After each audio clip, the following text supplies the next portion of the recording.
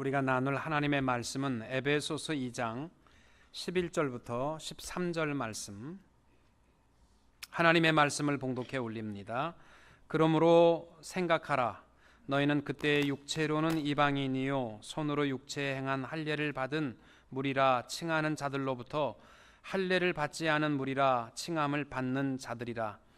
그때 너희는 그리스도 밖에 있었고 이스라엘 나라 밖에 사람이라. 약속의 언약들에 대하여는 외인이요 세상에서 소망이 없고 하나님도 없는 자이더니 이제는 전에 멀리 있던 너희가 그리스도 예수 안에서 그리스도의 피로 가까워졌느니라. 아멘. 오늘 말씀의 제목은 막힌 담을 홀라라는 것입니다.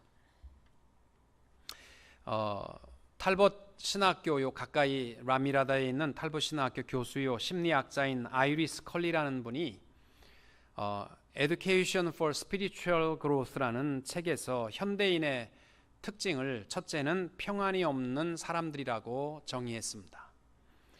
늘 불안하다, 알 수 없는 내일 때문에 불안하고 어제 지은 죄 때문에 불안하고 서로의 불신 속에 경계하는 불안함이 가득하다라는 것입니다. 그런데 사람들이 착각하고 있는 것 중에 하나가 뭐냐면 이 불안을 해결하는 것은 소유함으로 해결할 수 있다고 착각하고 있다는 것입니다. 그래서 세이빙 어카운트에 돈을 많이 가지고 땅을 넓게 사고 집도 크게 넓히고 담을 높이고 그 위에 유리를 갈아서 도둑놈이 못 들어오게 하고 전깃줄로 가득 두르고 방마다 총을 수십 자루씩 감춰두고 그렇게 하면은 편안하겠느냐? 사람은 가질수록 더 불안해질 수밖에 없다는 것입니다.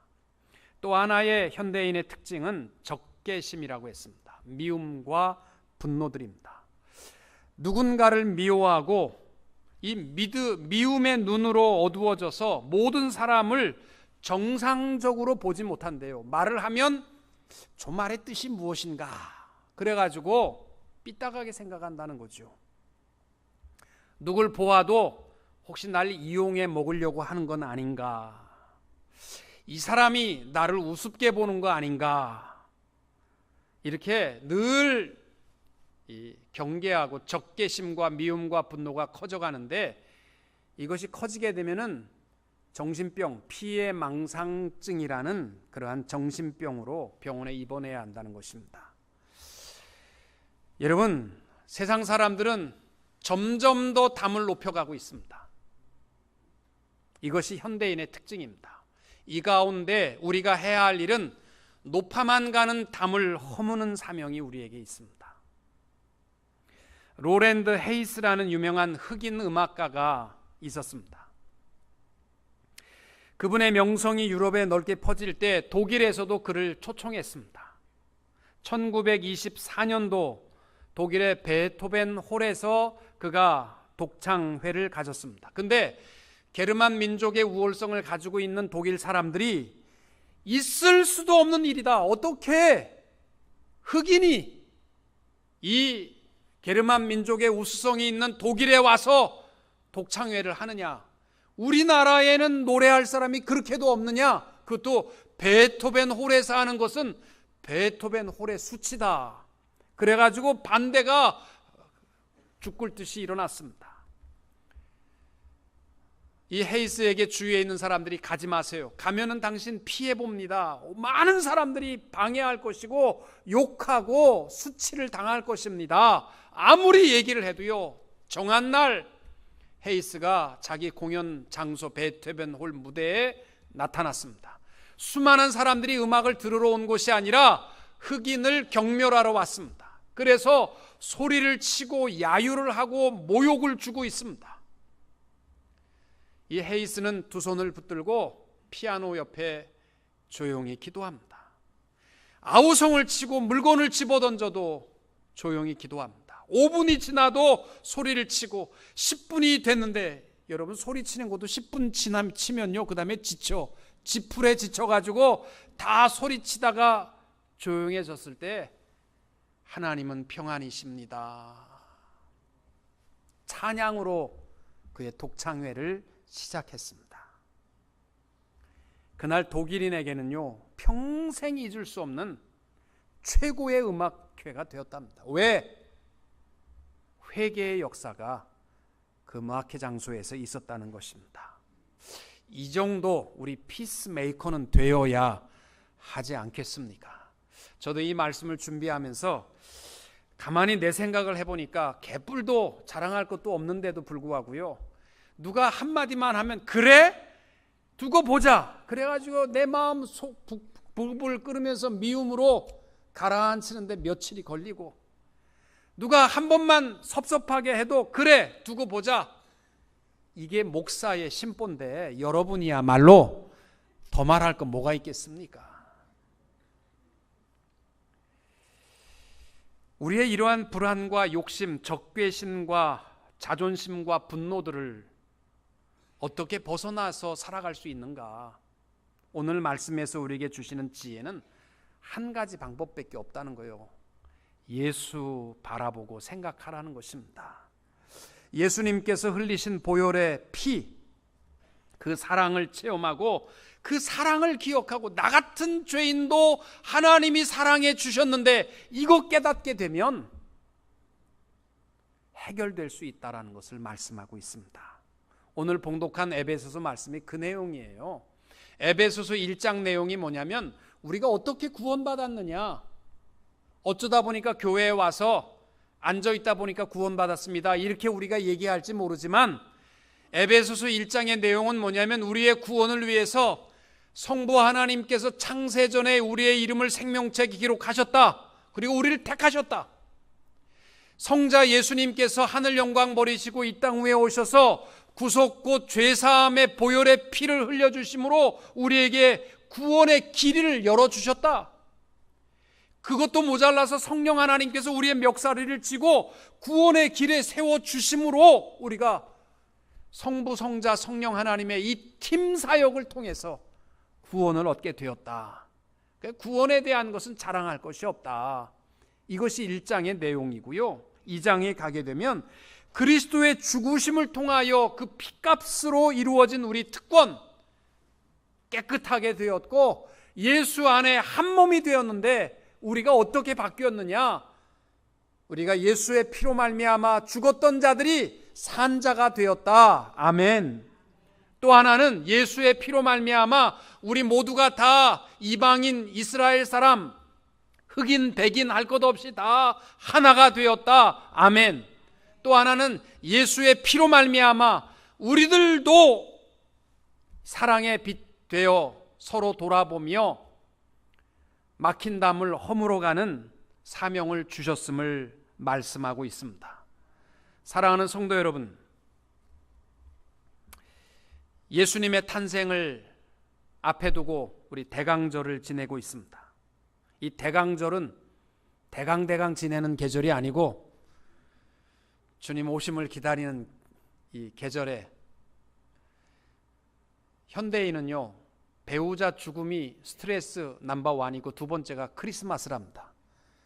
무슨 선물을 어디까지 누구에게 해야 되나, 또 어떻게 화끈하고 즐겁게 지낼까, 이 스트레스가 대단하다는데 이러한 크리스마스가 되지 말고 우리의 모든 막힌 담을 허물어 주시기 위하여 이 땅 위에 오신 예수 그리스도의 사랑을 기억하고 우리 하나님과 나와의 막힌 담이 없어지고 또 내 이웃과 형제와 막힌 담을 다 무너뜨리고 아름다운 예수님이 이 땅 위에 오신 그 목적을 기억하고 살아가는 성도님들이 다 되시기를 주님의 이름으로 축원합니다.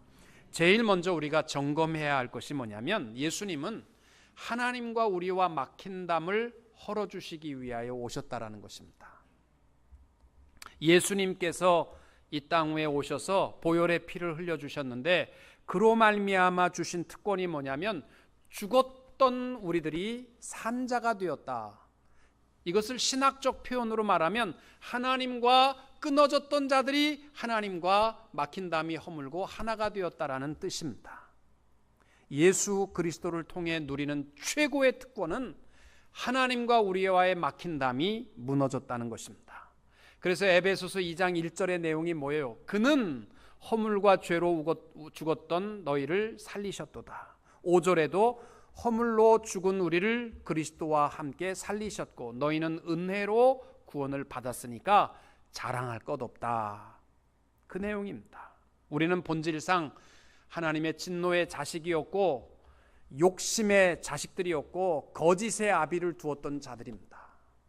하나님과는 교제할래야 할 수 없는 이 장벽이 있었습니다. 그러나 예수님께서 이 땅 위에 오심으로 하나님과 우리와의 모든 막힌 담을 허물고 구원과 생명의 길에 서게 된 줄로 믿습니다.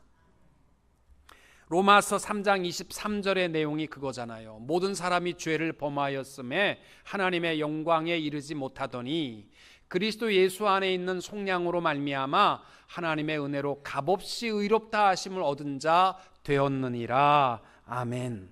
여러분, 예수님께서 갈보리 십자가에서 운명하시는 시간에 예루살렘 성전에서 일어난 기이한 현상이 하나 있었습니다. 그것은 성전의 지성소와 성소를 막고 있는 휘장이 위에서부터 아래로 찢어지는 역사가 있었습니다. 여러분이 휘장은요, 높이가 약 11m, 또 길이가 약 22m, 두께가 약 7cm에서 10cm, 9.3, 4cm라고 이렇게 얘기합니다. 여러분, 직조물을 10cm 두께로 짠 것을 여러분 한번 찢어보세요. 칼로 찢기도 어렵습니다. 이건 전자톱이나 갖고 와서 자르면 잘려질까? 이건 잘릴 수 없는 휘장이 위로부터 아래로 완전히 찢어졌습니다. 휘장이 뭐냐면요, 지성소는 하나님의 임재의 장소고 성소는 거룩한 백성이 거기까지 나아갈 수 있는 거예요. 그 다음에 하나님 앞에 못 갔습니다. 휘장을 열고 들어가는 것은 딱 한 번, 속죄일에 대제사장이 온 이스라엘을 위하여 회개 기도하고 자기 자신을 위하여 일주일이 넘도록 회개하고 허리에 끈을 묶고 휘장 안으로 들어갔습니다. 만약 죄의 문제가 해결되지 않으면 들어가자마자 즉사했습니다. 죽은 시체를 꺼낼 수 없어서 허리에 묶은 끈을 밖에서 잡아당겨서 시신을 처리했습니다. 그만큼 엄격한 하나님과 우리와의 관계, 죄인은 들어갈 수 없는 휘장이 찢어진 겁니다. 예수님의 십자가의 죽으심과 더불어 찢어졌습니다. 왜요? 히브리서 10장 19절에 우리가 예수의 피를 힘입어 성소에 들어갈 담력을 얻었나니 그 길은 우리를 위하여 휘장 가운데로 열어놓으신 새롭고 산 길이요 휘장은 곧 저의 육체니라. 아멘. 예수님이 찢으셨습니다. 죽으심과 더불어 하나님과 우리의 막힌 담을 허물어 주신 줄로 믿습니다. 우리가 일주일 동안 부끄러운 죄를 범해도 오늘 여러분 앉아서 예배드릴 수 있는 특권이 왜 그렇습니까? 로마서 5장 9절에 그러면 이제 우리가 그의 피로 말미암아 의롭다 하심을 받았으니 예수 피 때문입니다. 또 에베소서 1장 7절에도 우리는 그의 그리스도 안에서 그의 은혜의 풍성함을 따라 그의 피로 말미암아 속량 곧 죄사함을 받았느니라. 아멘. 히브리서 9장 12절에 염소와 송아지의 피로 하지 아니하고 오직 자기의 피로 영원한 속죄를 이루사 단번에 성소에 들어가게 하셨다. 그래서 여러분 하나님 앞으로 가는 이 장벽을 허물어 그 유일한 길이 되신 분은 예수 그리스도이신 줄로, 한 분이신 줄로 믿으시기 바랍니다. 그래서 예수님께서 요한복음 14장 6절에 하신 말씀이 예수께서 이르시되 내가 곧 길이요 진리요 생명이니 나로 말미암지 않고는 아버지께로 올 자가 없느니라. 영어 성경에 보시면 I am the way and the truth and the life. No one come to the Father except through me. 나를 통해서 갈 수 없는, 이 영어 성경에 보시면은 길, 진리, 생명을 나타낼 때마다 더라는 정관사가 붙었습니다. 이 말은 뭐냐면 둘도 없는 길, 딱 하나밖에 없는 그 길, 하나밖에 없는 진리, 하나밖에 없는 생명, 그 길로만이 하나님 앞에 다다를 수 있음을 예수님께서 말씀하신 것입니다. 우리가 잘 아는 하와이의 몰로카이 섬은 문둥병자들로 가득한 섬이었습니다. 이 다미엔이라는 사람이 청년 시절에 헌신하고 그들을 전도하기 위해서 갔는데 전도가 안 되는 거예요. 아무리 사랑하는 문둥병자 여러분, 우리 예수 믿고 하나님을 찬양하고 감사합시다 그래도요, 너나 해라. 너는 건강하니까 감사해라. 나는 문둥병, 저주의 병에 걸렸는데 무슨 감사냐? 우리 하나님을 찬양합시다. 너나 해라. 우리 같은 저주받은 문둥병자들이 무슨 찬양이냐? 그래서 다미엔이 기도의 제목이 하나 있었는데, 하나님 내게도 문둥병을 주옵소서. 그것도 사람들이 다 보이는 곳에 문둥병을 주옵소서. 어느 날 주일날 아침에 뜨거운 물을 끓이다가 물을 쏟았는데 발등이 안 뜨거운 거예요. 이상하다, 왜 발등이 안 뜨거운가, 물이 차가운가 또 봤는데 안 뜨거운 거예요. 아, 왔구나. 그래서 그날 아침에 설교 시간에 사랑하는 우리 문둥병자 여러분, 딱 한마디 더 들어갔어요. 우리.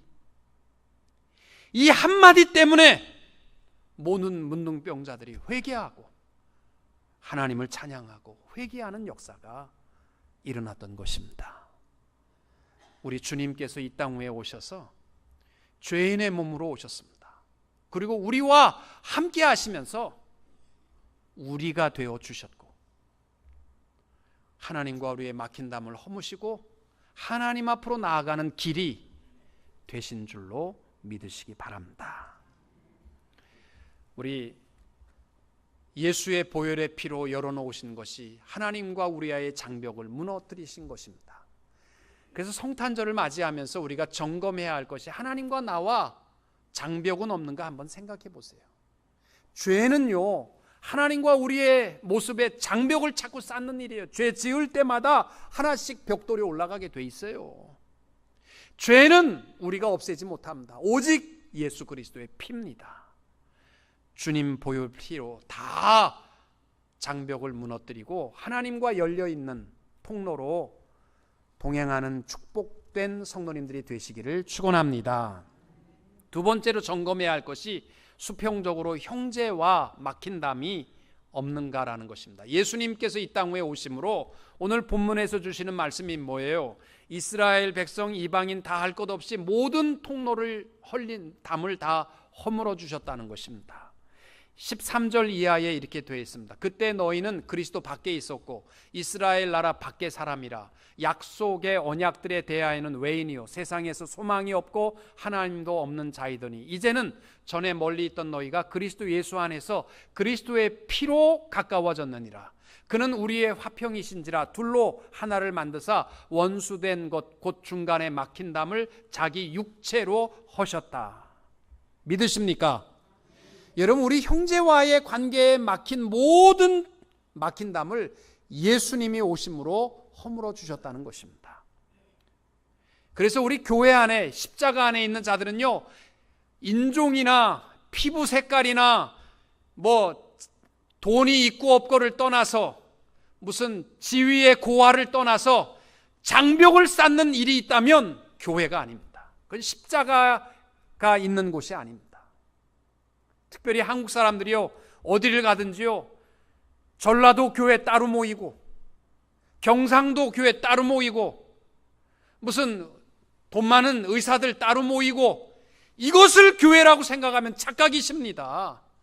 교회는요, 막힌 담이 없는 것이 교회인 줄로 믿습니다. 여러분, 다른 데 보지 마시고 한번 여러분 스스로 생각해 보세요. 우리 한 교회 안에서 신앙생활을 한다고 하면서도요, 누가 나한테 한 말 한마디 때문에 속이 무너져가지고 지금까지 쳐다보지 않고 있는 신앙이라면, 내가 밥 사줬는데 지는 받아먹고 밥 살 차례에 안 산다고 속이 상해가지고 그래가지고 쳐다보지 않는 그러한 심보라면, 나는 그렇게 잘해줬는데 성탄절날 그래도 나는 좀 정성껏 한 50불짜리 선물했구만, 카드 한 장 달랑 줘? 이게 나를 무시해도 그래가지고 마음에 속이 상해갖고 쳐다보지 않는 자라면 여러분 심장에 예수 그리스도의 십자가가 있는지 한번 생각해 찾아보세요. 없습니다. 십자가가 하는 일은 막힌 담을 허무는 일인데요. 오늘 여러분 마음에 행여나 옛날에 형제가 나한테 말실수한 것 때문에 지금까지 응어리가 됐다면 십자가 안에서 그거 예수님이 풀어주셨거든요. 자유하게 되시기를 축복합니다. 저는 대원교회에서 목회를 30년 하면서 늘 새벽마다 기도 제목이 뭐냐면 우리 교회는 분열이 없고 다툼이 없고 그리스도 안에 사랑으로 하나 된 공동체, 뭐 배운 사람이든 안 배운 사람이든 어떤 인종이든 다 하나가 되는 교회가 되게 하옵소서. 이게 목회자의 기도입니다. 여러분 하나님께서 영광을 받으시기 위하여 예루살렘 성전을 모리아 산에 세우게 하셨는데 왜 세상에 그 넓은데 모리아 산에 세우게 하셨을까?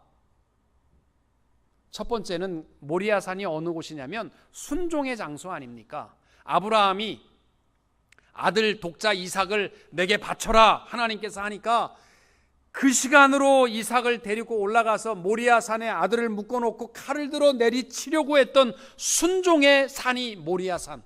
거기에 성전을 통해서 하나님이 영광을 받으십니다. 교회 안에서는요, 왜요? 이런 말 자꾸 하지 마세요. why? 그런 말 자꾸 하지 마시고요. 순종이 하나님이 영광을 받으시는 교회의 축복의 장소인 줄로 믿습니다.